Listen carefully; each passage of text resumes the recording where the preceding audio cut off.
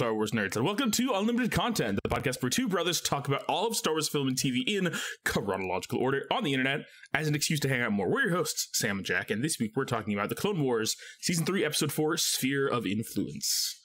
That bit at the beginning there, when I did like the down and the up thing, that was me like booting out, because I think my brain needed to turn on still for this episode. I thought for a second, like, I thought for a second that you started talking and then like, ran really far away and then came back.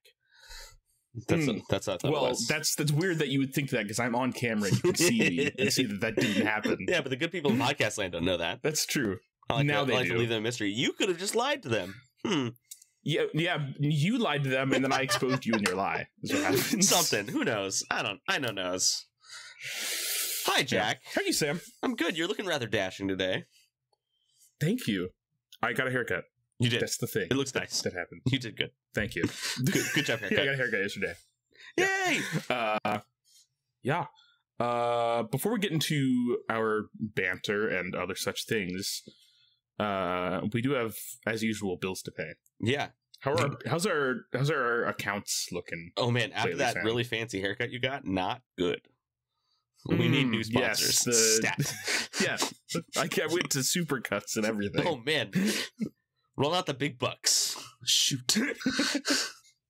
Yeah, so we really got to get the bills paid. So, but luckily, a sponsor came to our rescue yet again this week. Who is it? This week's episode of Unlimited Content is brought to you by Big Stretches.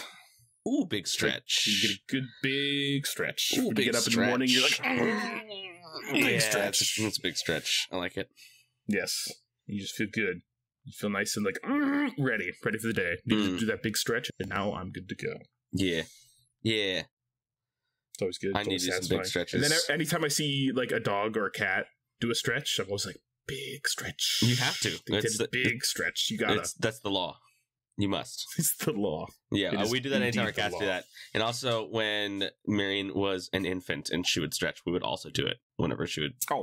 Whenever she as just a big old baby stretch. little baby stretch. Now she's like 3 and tall, and it's just I would do that, but then she'd give me a weird look. Which maybe that's worth it. Maybe I should do it again. Be funny.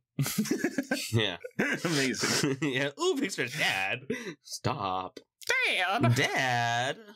All right. All right. Thank you to our sponsor, Big Stretch, for Ooh, sponsoring this Big episode. Stretch. Now that I call it Big Stretch, it sounds like an industry, like Big Pharma. Yeah, big pharma. Big Stretch. We're sponsored by Big Stretch. We've gone off the deep end. Oh man, we sold out to Big Stretch. Sold out to Big Stretch. Yeah. Anyway, Sam, what have you been up to? I went camping with Sarah a couple nights ago. It was nice. We went on a nice little trip out to Clinton Lake, just outside of Lawrence, Kansas. Lawrence, Kansas, home of the University of Kansas and all of the hippies in Kansas. And the Winchester boys from Supernatural. They're from Lawrence, Kansas. Yeah, so it was a lot of fun. We went camping for just like a night. Had a bonfire. It was National Margarita Day, so we made some margaritas around a bonfire. And nice. The weather, it's like unseasonably warm. It's mid-February, and it was like in the mid-70s today in Kansas City. So yeah, I've been thanking ExxonMobil for all of the nice weather we've been getting lately in February. Thank you to Big Oil. Yeah, thank you to Big Oil for this warm winter weather in the Midwest.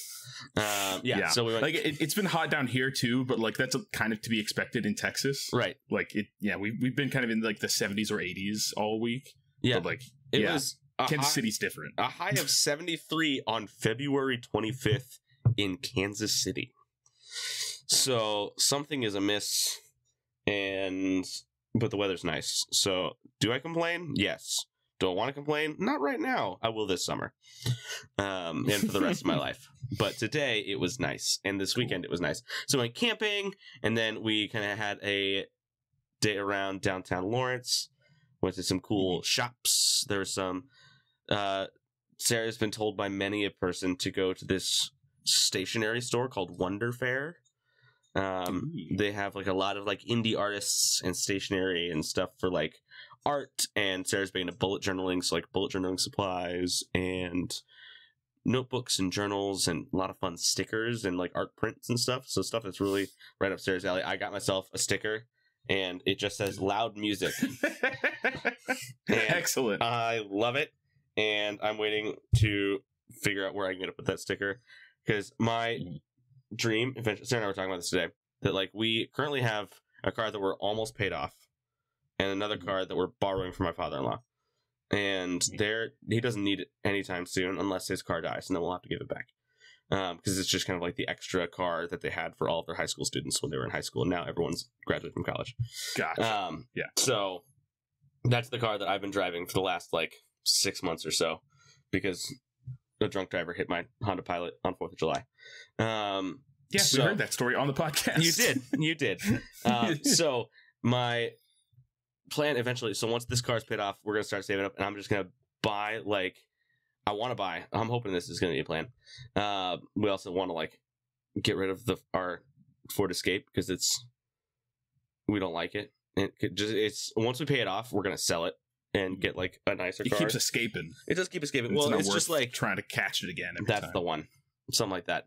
No, it's just it's had so many problems, and we just don't feel confident it's gonna like last us much longer. So like once it's paid off, it's not worth investing all the repairs. And no.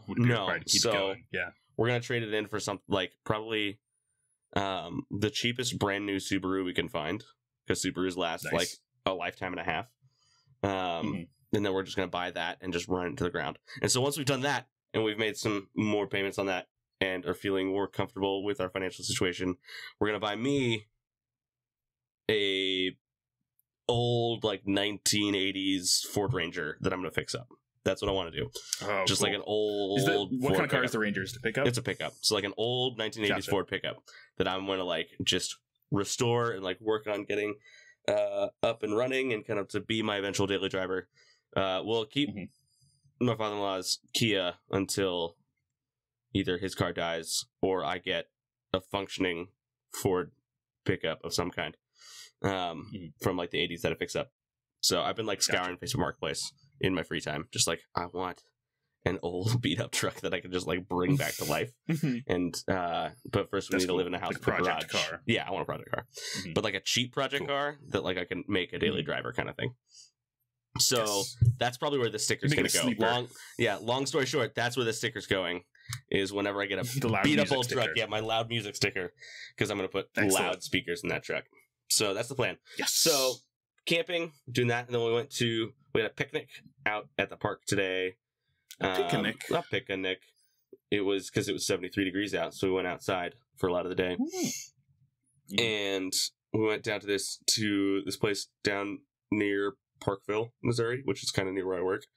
It's near our old apartment, and it's Line Creek, so there's just like this creek running through this park, and we just brought Marion out there, and she was wearing her water shoes and splashing around, finding rocks and throwing rocks in the creek, and we did that for about 2 hours. Excellent. While Sarah and I ate peanut butter sandwiches and watched her do it, and then eventually just got in the water with her. So that's what we did today.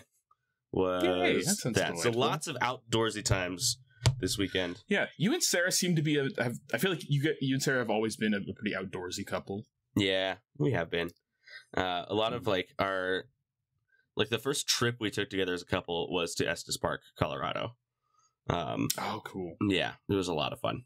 Yeah, so getting out in the mountains. We went to Estes Park as a family like in 2005 or something. Yeah, forever ago. It was like I think you were about to start middle school, and I was on the tail end of middle school.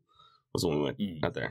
Yeah. But that was a lot of fun. So we went out there. So we've always loved just like outdoors and mountains. That's another reason like we want to get a Subaru, is because they're all 4-wheel drive, and they are impossible to get stuck, and we can like go camping with them, and like want to get like one of those like rooftop tents that you put on top of your car and that kind of thing. So because we are not like, we're not roughing it outdoorsy people. Like we don't like to like go backpacking out into like the deep wilderness and stuff. We have a toddler. We want to like make camping accessible to a toddler. So we're of the like back a car into a camping site next to like a fire pit and like at like a state park kind of thing. So that's the kind of camping we do, at least for now. And so it's cool. Yeah. What did you do? So this past camping trip, did you have a tent? Yeah. Like what was your? Yeah, we got a tent. We got like this. It's a fun tent. We got it off Amazon. Sarah found it, but like it's like the tent sets itself up. Remember those like when we were little? We had like the triangles. Remember those? Mm-hmm. It's yes. Imagine if like a tent like could fold up like the triangles and you just throw it and it pops up, and like that's the tent. Yes. Yeah. Listeners, we had these growing up. We had these like big, like they were like kind of fabric, but they were like made of like a nylon plastic, fabric. I guess. Yeah, like a nylon situation. These big triangles that like had a hole in the center that you could like crawl through. And the idea was that it was like a play set, but they like folded up in sort of a curved fashion. Like you might have I have some like windshield like reflectors that I have that fold up like that. Like it's like a big circle that you like some twist it into a smaller circle, that kind of thing. Yes, yeah. So we had a bunch of those that were like big triangles, and they had Velcro on them, so you could like attach them together and make them into like pyramid shapes, basically. Yeah.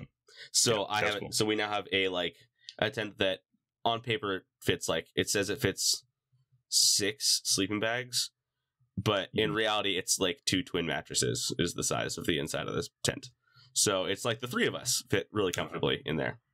So it's nice. Cool. It's good. Yeah. So, but yeah, it's really easy to set up, really hard to put back in. Because it's like, how do I do it? Because it's giant. Because when you fold it up into like the smaller circle form, it's like a large hula hoop size is like how big it is when it's folded down, and then it's just in this big circle bag.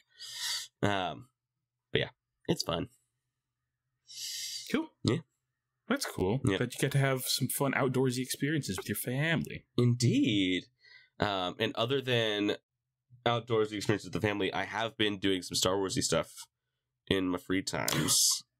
Ooh. I have been listening to the audiobook for Dark Disciple, which is very good. So, listeners, the audiobook of Dark Disciple, it takes place during the Clone Wars, and it follows Jedi Master Quinlan Vos and Asajj Ventress. And they're trying to take down Count Dooku. And then things happen. Jack doesn't want me to spoil it for him. That's a cool premise on its own. Yeah. That's a cool idea. Yeah. I believe it was this was part of the I think this book came out after Disney bought Lucasfilm and then canceled the Clone Wars, and so this is based on what was going to be an arc of the Clone Wars. That's my understanding. Okay. Yeah. That's cool. Yes, yeah, so there's that, and there were some Darth Maul comics that were also based on some unfinished Clone Wars arcs, things like that. Nice.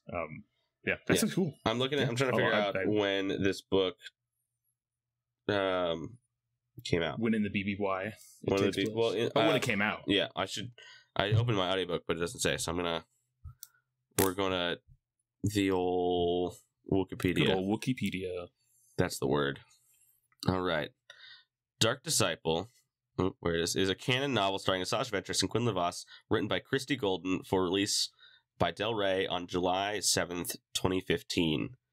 The novel is part of the Clone Wars Legacy Multimedia Initiative, since it is based on an 8-part story arc that was scripted for the Star Wars Clone Wars television series, comprising of the episodes Lethal Alliance, The Mission, Conspirators, Dark Disciples, Saving Vos Part 1, Saving Vos Part 2, Traitor, and The Path.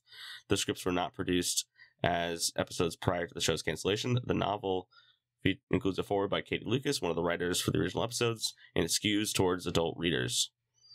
The book's audio edition, which I am listening to, is narrated by Mark Thompson, and it takes place in 19 BBY. 19 BBY. 19 Big Baby Yoda. Yeah, that is fascinating. Yes, Big Baby Yoda. That is fascinating to me. There was going to be an 8-episode arc, because that would have been the longest arc by far. Yeah, because I think the longest arc we've had is 5 episodes, and I think that's the longest one. Period. Other than maybe I mean, season 7 of the Clone Wars is kind of its own arc, but true. Yeah, but anyway, yeah, they could have just made a movie out of that. They could have just done a Dark Disciple movie, which now I kind of want to see. But yeah, the reason you're reading this, Sam, is that Asajj Ventress is supposed to show up in the Bad Batch, the season 3, right? Yes, and the events of Bad Batch season 3 are supposed to be directly influenced by this book. So I'm hoping to have the book finished before Asajj Ventress shows up, because she shows up in the trailer, and she shows up in the trailer with the haircut like she has on the cover of Dark Disciple, Looking all stylish. Mm-hmm. She has kind of like the side mohawk sort of thing. Yeah, like the flop over. Yeah, undercut kind of thing. Cool. Mm-hmm. Yeah. Well, cool. So you're enjoying it so far? I am. It's really good. They have the two characters have a lot of fun interactions between the two of them. I don't want to spoil it because I know you want to read it. Yeah, sure. Thank you. Yes, it is very good. You would very much enjoy it.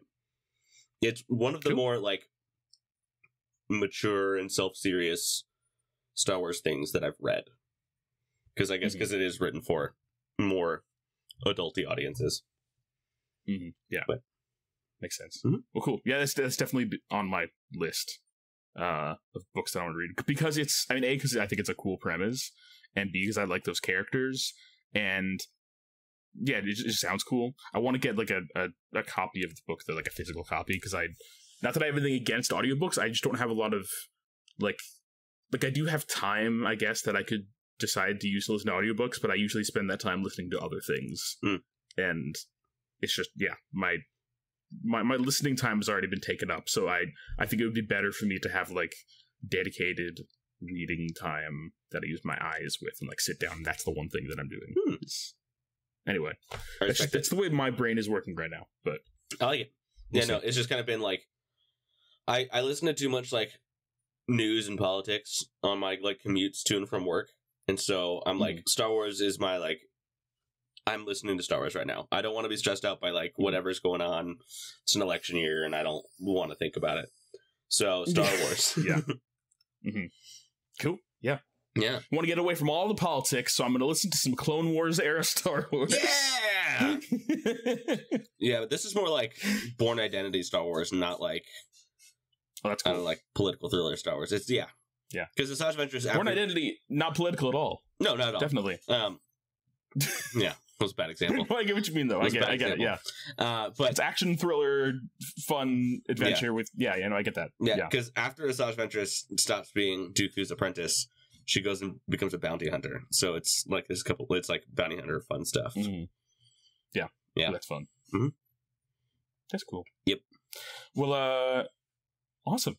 So I guess, let's see. I can talk a little bit about not what I've been reading, but what I want to read. This ends up always being the segment where I like it. It's very rarely this is the media. Well, sometimes this is the media that I've been consuming, but other times this is the media that I acquired this week that I'm excited about reading at some point. Well, that's only like this because when it comes to games and shows and movies, you always have something to say. It's like you're like, this is a game I'm playing this week. That's true. Because I imagine we'll talk about Final Fantasy VII at some point. Yeah. But so I'm definitely behind on what I wanted my like reading goal to be for this year, but I'm halfway through Kingdom Come, the DC Comics comic that I told you about last week. Yes. Like Superman and Batman and stuff in the future, and there's a war between superheroes and stuff. Yeah. Right. So I'm halfway through that, and which I got halfway through it in one sitting because it's it's fairly long, but it's a graphic novel, so it's not right. And it's not as dense as something like Watchmen, so but even Watchmen, probably finish it in the next sitting. Yeah. Right. Even Watchmen, I read in an extended afternoon to evening kind of thing. Like, I think when I got Watchmen, it was like a junior, senior high school, and it was like a half day of school, and I like bought it at Barnes Noble, and then went home and like read it before I was done reading it before I went to bed that night. Gotcha. Yeah. Cool. So yeah. So Kingdom Come, I'm about halfway through that, really enjoying it. Another book that is on my list of books to read this year at some point, I got a copy of from Half Price Books this past week.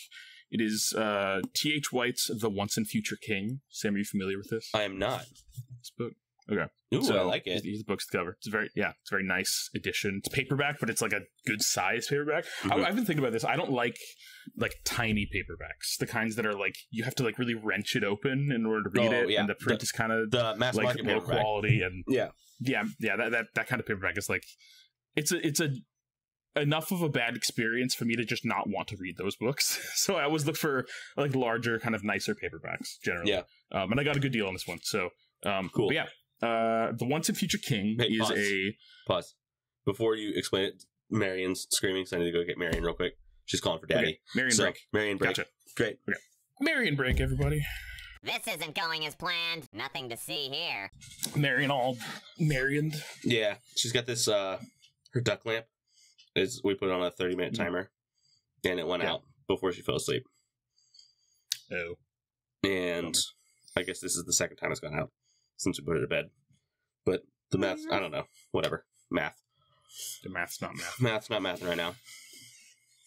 But whatever. Yeah, we're back. So, I got a book. It's called The Once and Future King by T.H. White. And this is a fantasy novel from 1939. It is considered to be, like, still to this day, the best modern adaptation of the King Arthur story. Oh. So it's the legend of King Arthur and the Sword and the Stone and Merlin and all that, and the Knights of the Round Table.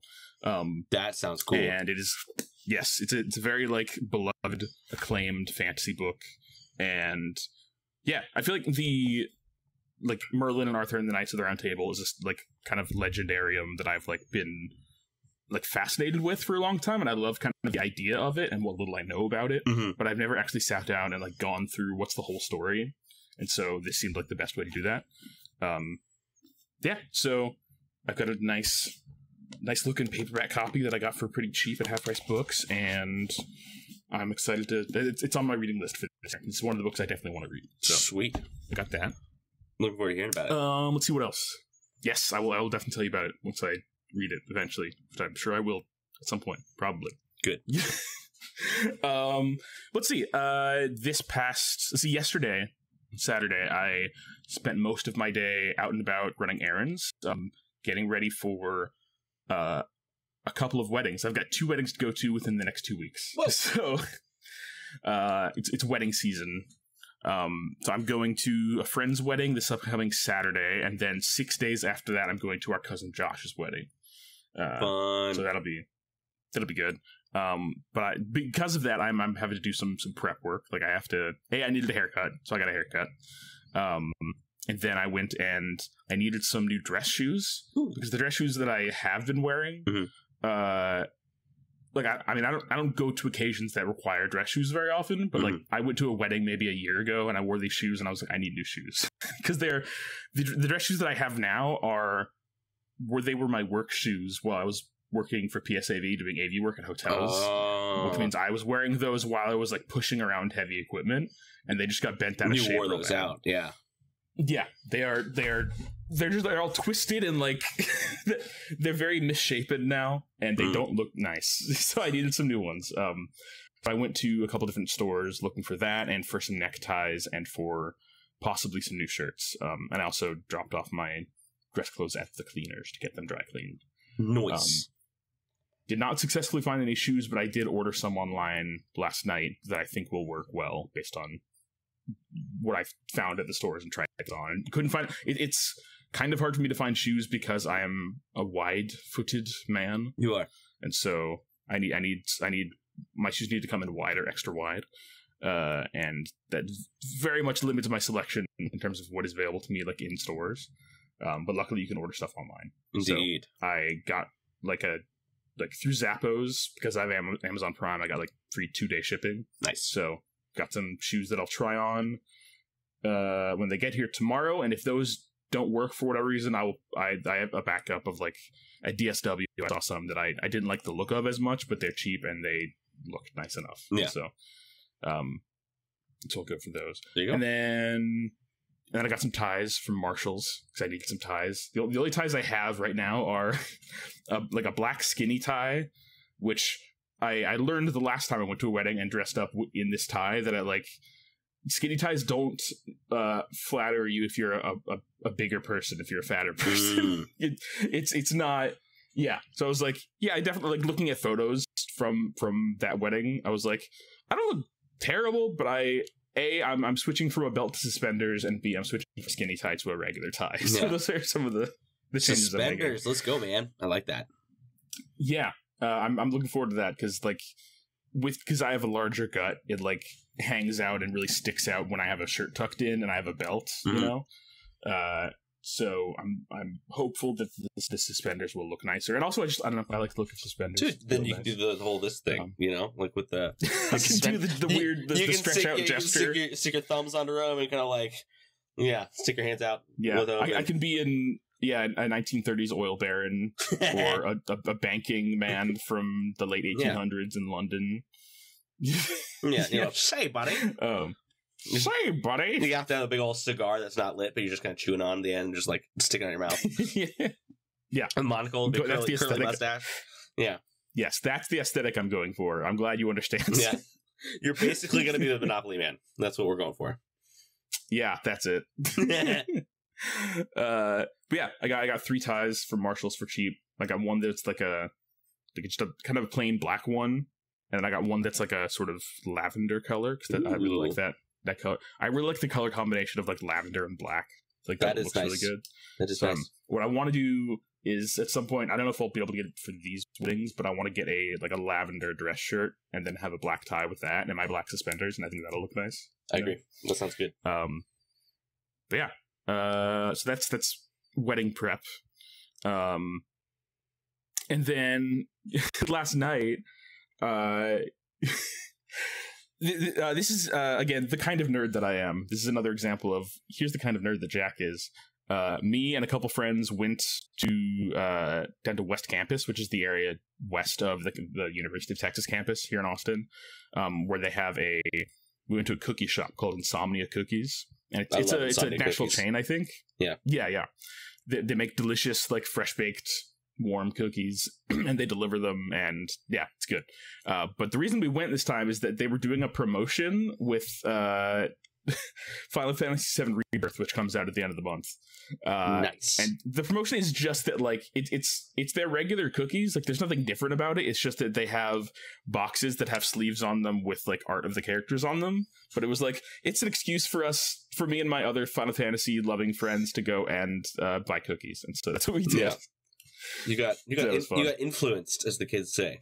You did it. Yes, I did. You know what? It's one of those where, like, I know that I'm just being influenced by corporations to spend money on things, but also it's if I love it enough, it's like I don't care that I'm being influenced if it's like it's fun, Yeah.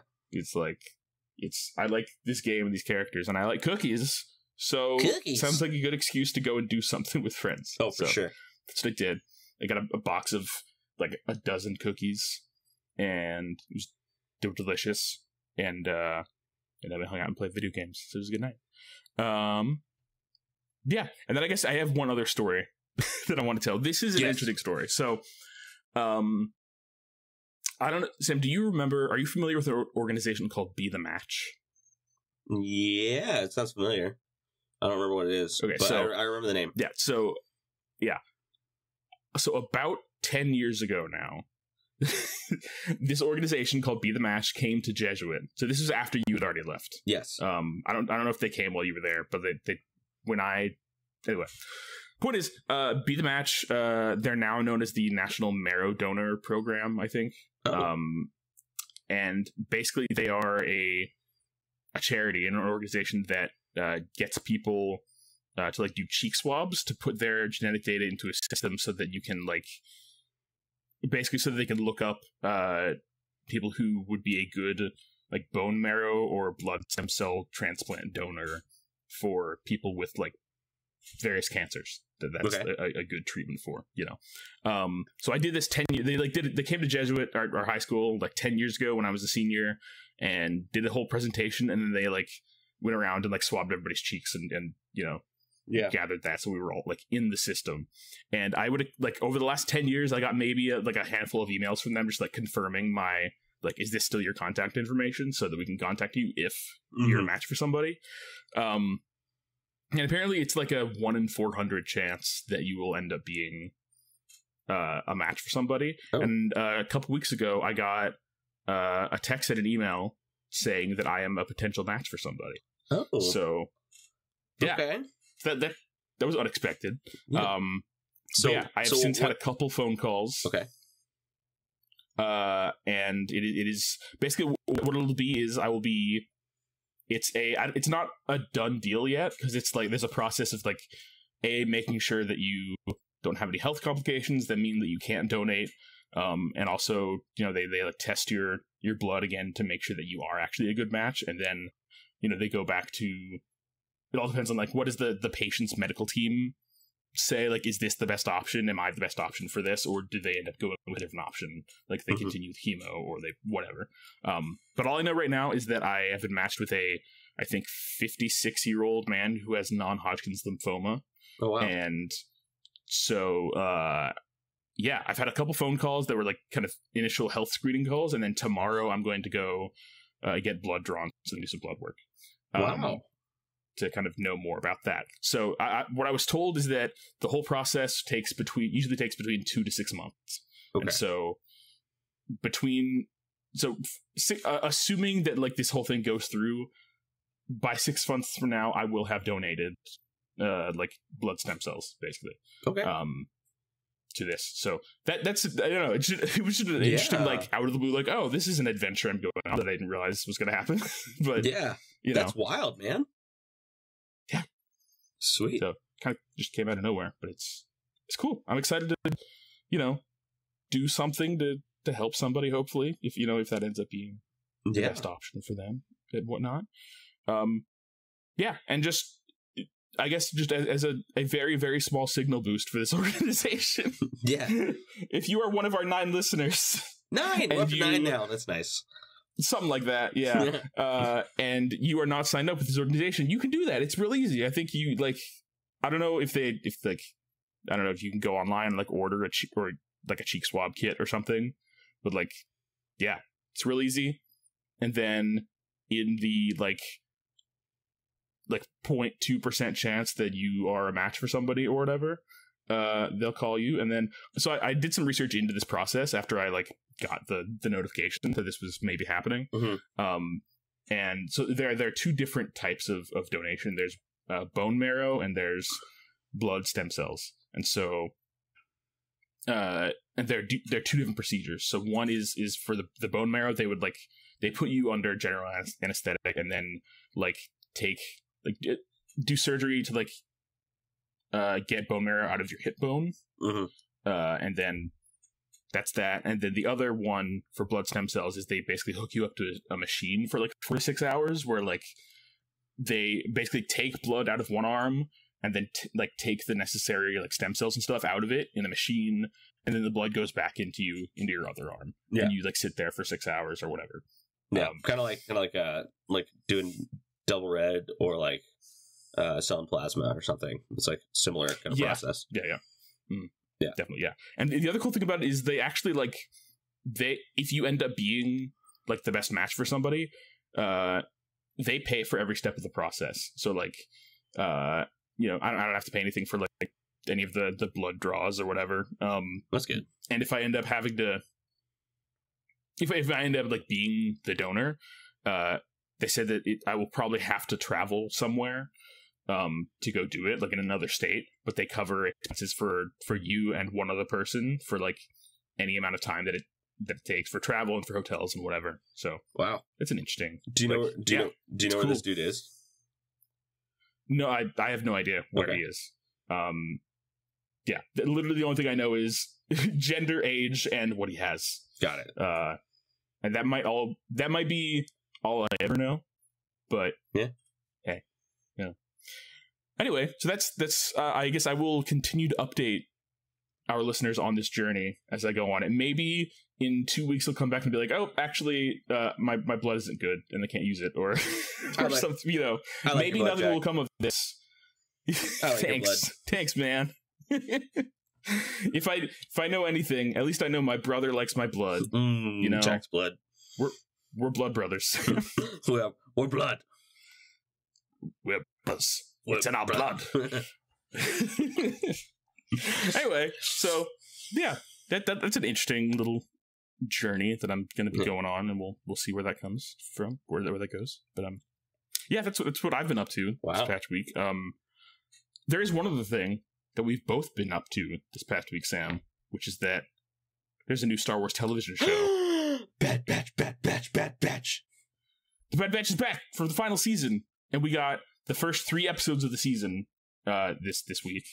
So we got an episode that is catching us up on what's been going on with Crosshair and Omega in the like Imperial like prison scientific experiment facility wherever they are. And then we got a second episode that was about Hunter and Wrecker and what they've been up to in the meantime, trying to like track down where Omega is.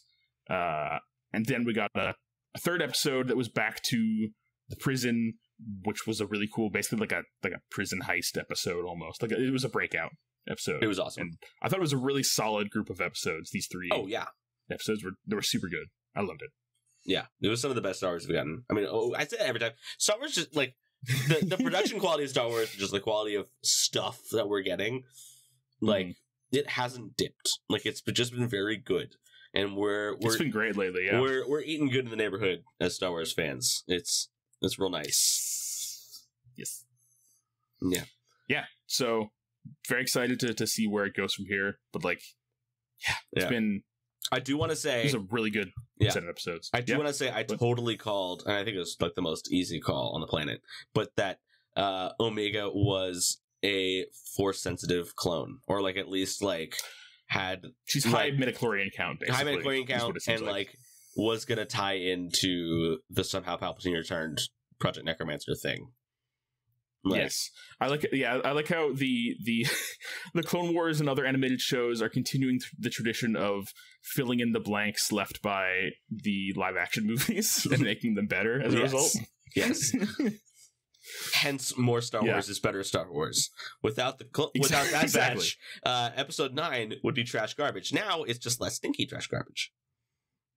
It's less stinky. Less stinky. Speaking of stinky, we saw Stinky in this Clone Wars episode. We did. Anyway. But yeah, Bad Batch. Very excited for more. I think it's cool that like, we're learning a little bit more about like the reason for. I don't know. It's always cool when we get kind of like cool lore reveal stuff.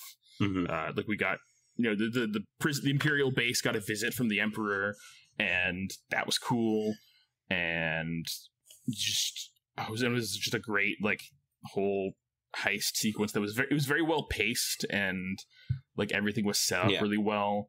And the whole like blood sample clock thing in the third episode. Yes, there's like a machine that has like Omega's blood sample on it that's like rotating throughout the episode, and that something's going to happen as soon as hers gets scanned, and they cut back to that occasionally so that it builds up the suspense. That was a really cool like visual way of keeping time and building up suspense. That was really smart. It was really good. Also, in the context of talking about Omega being potentially Force sensitive, I think her interactions with that like dog creature thing in its cage, and like kind of the way that she was able to pretty clearly, easily communicate with it, that makes me think it's very like, Jedi. Maybe that's and kind of evidence of her Force sensitivity. Yeah, or maybe she's just good with animals. I don't know, but probably it's something. But most Jedi are like do tend to like that's like a very common Jedi thing. It's just like be uncannily good at like communicating with animals and like teaming up with animals on schemes. Indeed. Well, all right. Was there any other like news this week? Did we get a release date or release like for the Acolyte? I think first week of June. Early June. Okay. So confirmed the Acolyte is coming out in June. Cool. Yes. That's that. I am excited about the Acolyte. I have no idea what to think about the Acolyte. But it looks we'll find out. It looks cooler than Skeleton Crew. That's the vibe. It's like Skeleton Crew, like Sam's continued vendetta against Skeleton Crew. I'm like, Skeleton Crew has to earn my respect. Just because like I don't know. I've gone on the soapbox before, so I'm not going to stay here very long. But like, part of the thing that makes Star Wars like good and nice and fun, and like lets you kind of like really immerse yourself in the world, is that there's not well-known actors in Star Wars. Like Star Wars actors become well-known because of Star Wars. Like they don't, like though like a couple exceptions.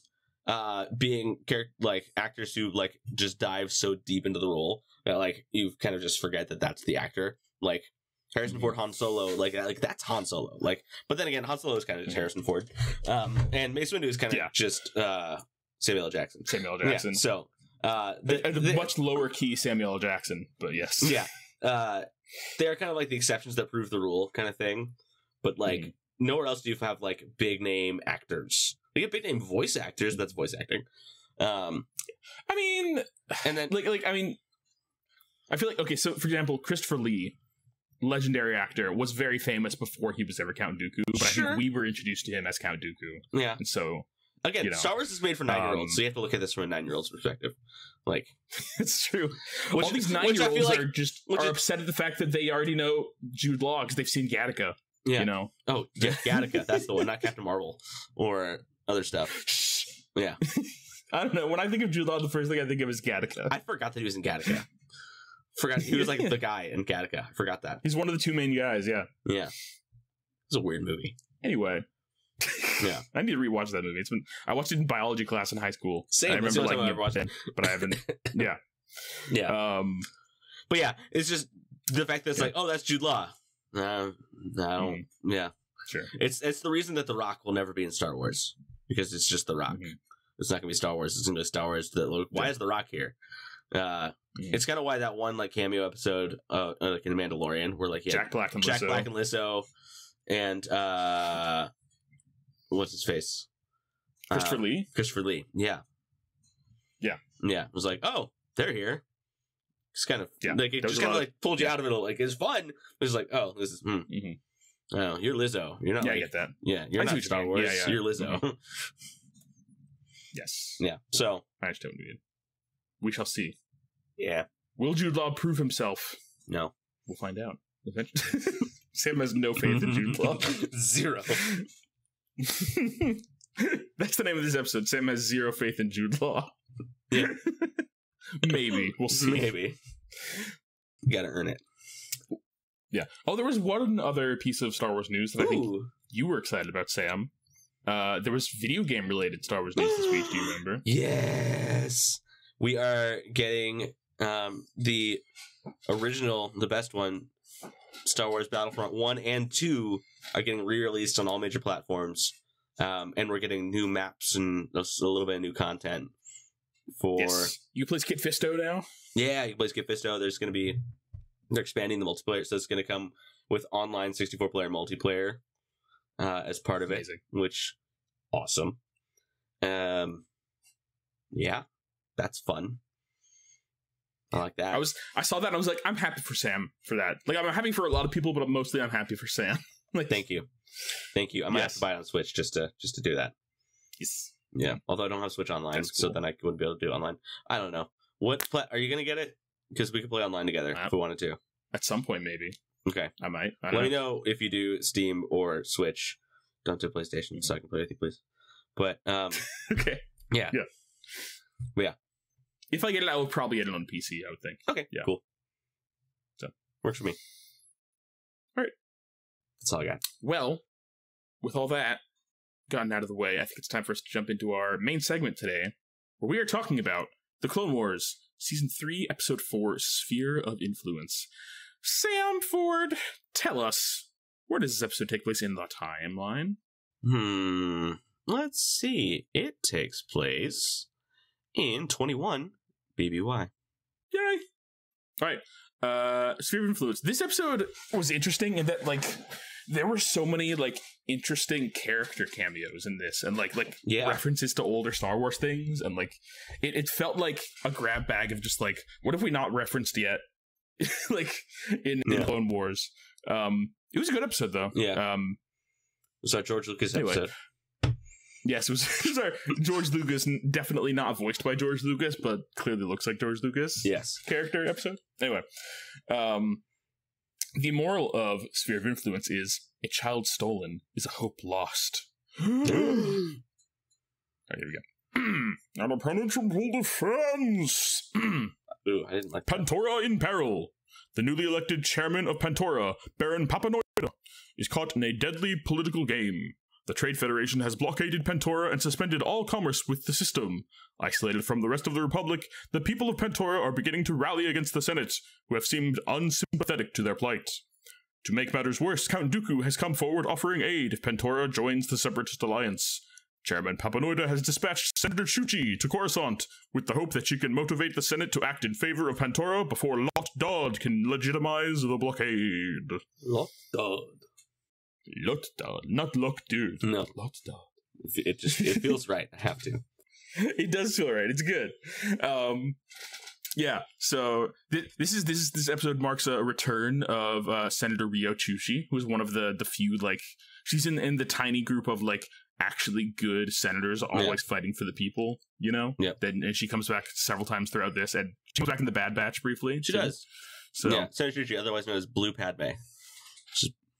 Blue Padme. She kind of does a lot of the same things. A little bit reductive, but sure. Like, she does a lot of the same things, and she and Padme are like always like right there working with each other. I don't know. Yeah. Blue Padme with Kiwi accent. Yeah. Blue Kiwi Padme. Yeah. Great. Anyway, the Trade Federation is blockading the space above Pantora under the pretense that Pantora has outstanding debts to pay, while Count Dooku is really trying to coerce the Pantorans to join the Separatist Alliance. Senator Chuchi and Chairman Papanoida are trying to maintain the fighting spirit of their people and turn to the Senate for help. They do gain general sympathy for their plight, but the same night, Papanoida's daughters, Chi Ikwe and Che Amanwe, are kidnapped from their quarters, though Che manages to strike one of their attackers with an icon before she is stunned. Okay, so first of all, Chairman Papanoida is a character that had no speaking role, but was in either Attack of the Clones or Revenge of the Sith, or maybe both. I think it was Revenge of the Sith, because I think we... I think I'm getting this wrong, but I think he was one of... oh gosh, where... Yes. Yeah, So yeah, behind the scenes, Baron Papanoida... Yeah, in Revenge of the Sith. Yeah, so Baron Papanoida is a character that was played by George Lucas. So I think it's the one time that George Lucas actually physically appeared in Star Wars. It's just George Lucas in a fancy outfit and with blue skin, basically. Yeah. So, and he is voiced in this by Corey Burton, who it says in the behind the scenes section of his character that he based his voice on Orson Welles. So that's cool. I can kind of hear that. Yeah. Anyway, yeah, he's a Pantoran man that looks like George Lucas, and now we have him in animated form. Yeah, we saw him at the Opera House at during the Darth Plagueis the Wise Opera House scene. Yeah, you can see him just kind of like walking around during that scene. Oh, okay, cool. Yeah. Anyway, yeah. So that's what's going on here. The next morning, Ahsoka, who has become a close friend of Chuchi, informs Anakin Skywalker and Senator Amidala of the situation. While the Jedi can't officially get involved in the investigation, Anakin slyly grants his Padawan permission to look into the matter due to quote-unquote personal concerns. While Ahsoka and Chuchi travel to the blockade fleet in order to look for the sisters there, Papanoida and his son Ion discover the misplaced icon smeared with blood at the crime scene. By analyzing it, they identify one of the kidnappers as Greedo and proceed to Tatooine, where the villain is known to operate. So this is... Okay, we get... So Ahsoka and Chuchi go on one adventure to go and try and find out where... what's going on and where the kidnapped daughters are. And then, in the meantime, George Lucas' character and his son... are like, we can do this, we're gonna take matters into our own hands, and then they do like their own detective thing, and then Chairman Papanoida ends up being like the most competent character in this episode alongside Ahsoka. I want a Papanoida backstory arc, like, because he's like a full-on gunslinger, but like he's like this like hoity-toity like just like politician who looks like he's been eating really well for a long time. Like he's just like, he's like this portly politician with like, I don't know, very ornate headgear who is like the most adept at a gunfight, like a shootout. Yeah, he's like, he has like detective skills, and he's like very like savvy and self-assured and smart. And also at one point, like when a blaster fight breaks out in a cantina, he takes out 2 pistols and double wields them and starts and like dives behind a table. And it's like, this guy? He takes out most of these bounty hunters in the Mos Eisley cantina. Like, they really kidnapped the wrong person's daughter. Like, he's like, this is very like Taken. Like, oh yeah. I have a particular set of skills. He does have a particular set of skills. Know it. Yeah. Oh, man. You killed John Wick's dog, and now Chairman Papanoida is gonna come out and get you. Oh no! Yeah, Incredible. I like thinking that Dave Filoni is like, I want to include George Lucas's character in here somehow. Therefore, yeah. But like, we have to make Dad make proud. him the most badass possible. Yeah. It's like, yeah. We can't make him like a schlub. He has to be like amazing because it's George Lucas's character. Yeah, I love that. It's amazing. That's amazing. And then also, one of the kidnappers is Greedo. So Greedo is in this now. I don't think we've seen Greedo so far in like he hasn't. Like, I think he shows up in. He might be in like the Phantom Menace or Attack of the Clones. I think in Phantom Menace he's technically one of Anakin's friends in the Phantom Menace. Is that Greedo, or is that just another like of his species? I don't think it's confirmed, but that's just kind of headcanon for me. Oh wait, hold on. Is it canon? You're right. It is. Yes, that is Greedo. Is one of Annie's little friends. Yeah, Annie, little Annie. Yeah. Oh my God, the little Rhodian is actually Greedo. So that's interesting. And now we see him as an adult criminal kidnapping children for the Separatists. So yeah, but that was interesting. Anyway, Greedo's here, everybody. All right, so getting back to it. They go to Tatooine. They enter Jabba the Hutt's palace, where Papanoida cunningly spreads word that he wants to hire Greedo's services in order to have him come to them. Trella Bara, I don't know how to pronounce that, informs Greedo that there are Pantorans wishing to see him. Greedo does indeed come with his accomplices and blasters in hand, but Papanoida overpowers him and presents his evidence to Jabba. Exposed, Greedo confesses and leads Papanoida and Ion to a seedy bar in Mos Eisley, which is that the cantina? It's got the same U-shaped bar.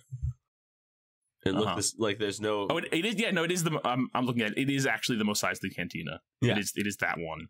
So yeah, yeah. So they go to Jabba's palace and Mos Eisley cantina, and Greedo's there, and Jabba's there. So bunch of old stuff from past Star Wars things in this episode. Also, like the other bounty hunter, like the weird goat guy. I think he's in the original trilogy too. I do. Yeah, I remember him. Also, at one point when they walk into the bar, one of the people in the background is Embo, is the bounty hunter with the shield for a hat. Yeah. Yes, our favorite. Yeah, the coolest bounty hunter. Yeah, the coolest bounty Yes. hunter. Sorry, Boba Fett, you're not the coolest anymore. There's a new coolest Boba Fett. Sorry, Boba Fett. Sorry, Cad Bane. It's Embo, everybody. It's Embo. Yeah. Another thing is, there's a scene when Greedo speaks Basic in this, which you'd be led to believe based on his appearance in Phantom Menace and A New Hope that he doesn't speak Basic because he only ever speaks, I assume, Rhodian is the language he's speaking because he's subtitled, right? But this he speaks Basic, so I don't know what's up with that. I don't know. I think all of the maybe just messing with people. I think the entire research budget of this episode went to making sure that George Lucas's character was amazing. and also how many other New Hope references can we fit into one scene? And so they overlook the fact that when Greedo is cussing at Han Solo that he wasn't speaking Basic. They forgot what happened in one of the most famous scenes from the most famous movie in history. Yeah, I guess so. Yeah. Or maybe they were just we don't have the time to translate this into Rhodian or whatever language. But they translated Huttese, so that's true. I don't know. This is maybe it was it was either Huttese or this, and they're we can't have Jabba speaking Basic because that's not right. Jabba never speaks Basic. It's true. Yeah. And by the way, with Jabba is Stinky, his son that we last saw in the Clone Wars movie. That oh yeah, that was Anakin way back. Saved. Yeah, it's been a while, but he's alive. He's back. He's eating bugs. He's being a little stinky boy. Yeah. So just so many little oh yeah, hey, there's that person or there's that place. Yes. That's this episode was constantly that. And Greedo's gun was Han Solo's gun. It was the same exact gun. It was the same DL-44 or whatever. Yeah. Yeah. It was the weird looking pistol with the scope on it. It was. Yeah. Yes. Yeah. Okay. Anyway, exposed, Greedo confesses and leads Papanoida and Ion to a seedy bar in Mos Eisley where Chi is kept hidden. When Chi is brought forth and identifies her father, a firefight breaks out. Although Papanoida and his children manage to kill all antagonists, again, impressive, Greedo manages to slip away, because he has to die later. Yeah, he has to die in the New In the meantime, Chuchi and Ahsoka, the latter disguised as a servant, are admitted aboard the Trade Federation ship and quartered for the impending negotiation sessions. Which, by the way, the room that they go into, that's like the conference room, that is exactly just like the room from the first scene of the Phantom Menace. Yes. Where Obi-Wan and Qui-Gon are. Yeah. So again, another like, oh, we've been here before. Yes. Like presumably on a different, like it's not the exact same room, but it looks exactly the same. Yeah. You know. The same night, the two young women sneak to the Trade Federation ambassador's office where they overhear him and Administrator Sib Kane talking about one of Papanoida's daughters being kept aboard this ship. A gasp from Chuchi nearly gives them away, but they narrowly avoid discovery thanks to Ahsoka's Jedi abilities. Yeah, she like literally picks up. This was just a Jedi Scooby-Doo gag. That's what this was. Floating her in the air above everybody.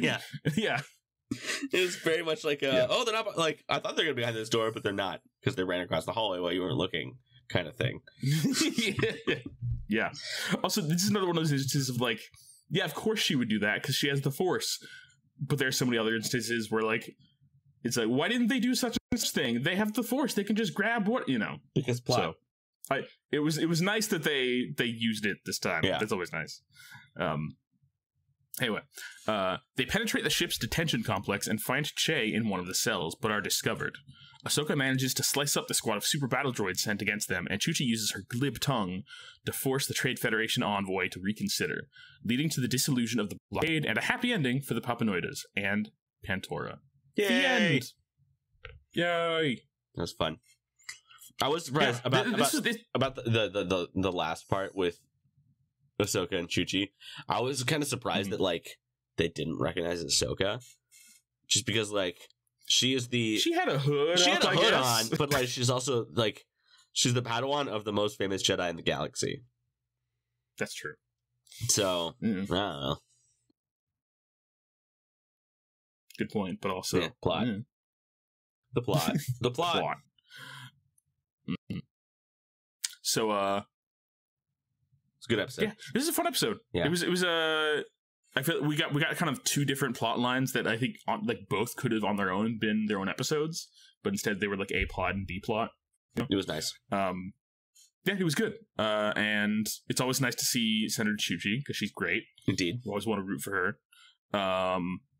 And Ahsoka got to do some stuff kind of, you know, she got to lead a mission. It's always nice to see, like, you know, in the first couple seasons especially, it was mostly Ahsoka tagging along on missions. Right. And now, like, recently Ahsoka's been doing, you can see that she's matured a bit and that she's doing more on her own now. And this is another example of that, you know.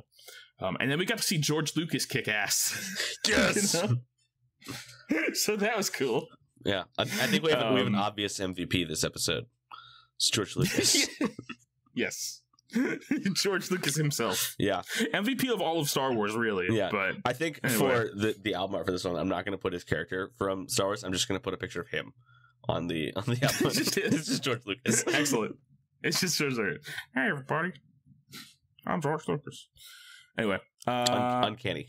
Yeah. The resemblance is uncanny. Let's see. Anything else to talk about this episode? I mean, it was pretty straightforward. Yeah. It was a good episode. Yeah, it was just this episode was very just like, oh, hey, there's that thing. Oh, hey, there's that person. Oh, here, there's that place. Huh. Yeah. And it was just a surprising amount of that. Yeah. Anyway. Yeah, because you don't always get like Clone Wars fan service episodes, and this was a Clone Wars fan service episode. It did feel very like it was fun. It was fan servicey, but also like weird, like just a bunch of random stuff that felt very like yeah. It was good. It didn't feel like a clear like, oh, this is the demographic we're going for. It was just like, what can we throw in here? Like we have this episode that would like, there's a bunch of kind of blanks we need to fill in. It's like they went locations and characters. Let's just throw in some characters there, characters and places that people know already. Right. It was just like, how many Easter eggs can we throw into this? They don't have to connect, but how many can we throw in? very much like, can you spot the Easter egg sort of episode? Yeah. It's the episode is the Easter egg. It's all one giant Easter egg. Yeah. George Lucas is painted up like an Easter egg. He is blue. He's all blue. Anyway, did you have a favorite part of this episode, Sam? The shootout in Mos Eisley Cantina, where awesome. Papanoida was just like, oh, you're cool. Got it. Sweet. Yeah, exactly. Yeah. That was awesome. Clearly, before whatever like political position you have now, you were in the military. There was some sort of military something going on. Yeah. Yes. Yeah. I mean, I feel like, for me, that's got to be my favorite moment too. It's just seeing dual wielding George Lucas in robes and blue skin, like taking down a whole cantina of bounty hunters, basically. Yeah. Like, I want someone to like edit this episode to like have it just look like George Lucas instead of Papanoida. Just take live action footage of George Lucas, put him in all the things. But or even just like AI deepfake onto like the thing, and just like just have it just like be in his like flannel shirt tucked into his like oversized jeans and his like New Balance shoes and and then they like do a deepfake voice to like replace the voice actor with George Lucas's voice, so he's like, yes. Oh, all right, let's go. We gotta go get the. He's got a very kind of like quietish voice. He's very much like not Orson Welles-y as he is in this episode. No, not at all. So I don't know. I think that'd be funny. No disrespect to George Lucas. I just think that would be funny. But it would be very funny.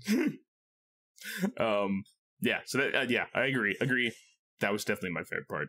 And just that character in general, and like all the constant surprises of like, oh, he's like competent. Oh, he's like, because I feel like in any other episode, if this was another like bureaucrat, there was like, this would inevitably be a story of like, oh, a bureaucrat like trying to take matters into their own hands, but immediately like getting in over their head, you know, and like Jedi having to swoop in and end up having to get saved. Yeah. But no, Papanoida, he can do it all himself. Yeah, we need a spin-off that's just about Papanoida. I agree.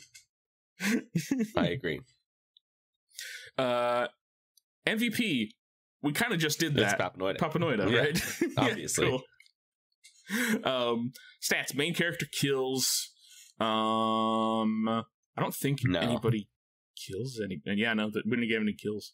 Lost limbs, none. Wilhelm screams, none. More Star Wars is better Star Wars. How does this episode make the movies and the rest of Star Wars better? I feel like we talked about Ahsoka a little bit already, and just like, you know, getting to see her, you know, do more missions where she's kind of taking the lead. Yeah. We also got to see Senator Chuchi again, which is great. Yeah. And seeing like their relationship build a little bit, and we got Papanoida. Yeah. It was good. Cool. Yeah. And we got to see Stinky again. Stinky. Yeah. That was this episode. It was. That was fun. It was good. Good times. Yeah. Hey, Jack. Yeah. Guess what? We have voicemails. What? Yes. Who's it from? Guess. George Lucas? No, it's Jason. Oh, okay. Yeah. Jason! He's back. Cool. I hope this is going to the Star Wars hotline, because you know it's going to be hot is this season.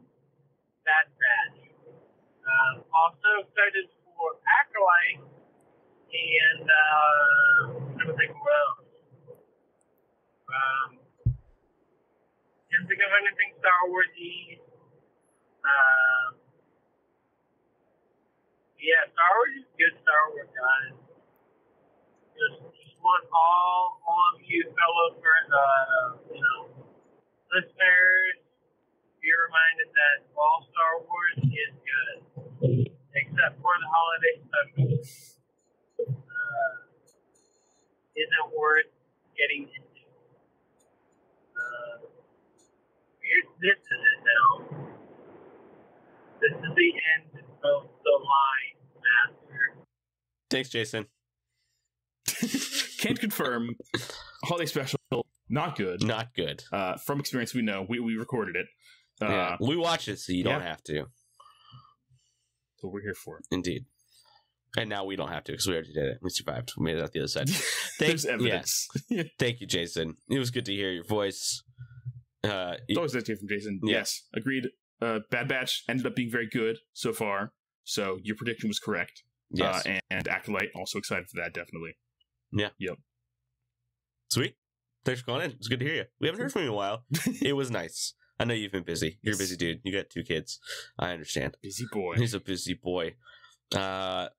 Jack Ford, if other people want to leave voicemails, because that's a thing that people can do, that's correct. How would they go about that?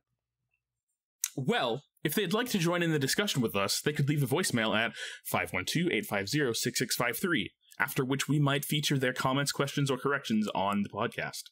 If you try to give us a correction, there's every chance that we will not include it, but you can do that. If we do include it, we'll correct you correcting us. So, yeah, we're like, have you seen? There was a Conan O'Brien on one of his shows used to have a segment called Fan Corrections, where he would basically fans would send in videos being like, "Hey, you said this incorrect fact or did something wrong on whatever episode," and they'll reference a particular moment, and they're always right, but then they do a skit or something where Conan's always like, actually, you're the one who's wrong because of this, and then they do a ridiculous thing proving that they were the correct ones. And anyway, they're reminding me of that. Yeah, I would go to those lengths. I would do that. That's something that I would do. Conan O'Brien levels of shenaniganery. I aspire. Yes. Well, that's been our episode. I think that's an episode, Sam. Dude, we did a Star War. We did a Star War for the 36th time. Yeah. Yes. 36 episodes. What a world. Much episode. Very Star Wars. Thanks for listening, everybody. Next time, if you want to join us again, we will be talking about a 3-episode arc. We'll be talking about the Clone Wars Season 3, Episode 8, Season 1, Episode 22, and Season 3, Episode 9. Evil Plans, Hostage Crisis, and Hunt for Zero. So we're jumping around a little bit in the next episode, next arc. But yeah, it'll be a fun one. Yep. And we're not going to record for a while, just because we're both going to be busy the next couple weeks. Yes. So weddings and other such things. Yeah. So when the next time we talk, we'll be maybe halfway through the Bad Batch. So there'll be a bunch of new episodes to talk about, and we'll get hyped about it again. Indeed, we will. So anyway, thanks for listening, everybody. Stay safe. Have a good week. Have a good rest of your day. Take care of yourselves. Get some sleep. Don't do spice. Yeah, don't do spice. And may the Force be with you. Yeah. Bye, everybody. All right. Cut the chatter. Cut that chatter. Do it. Do it. Do it now. All right, cut the chatter. Roger, Roger.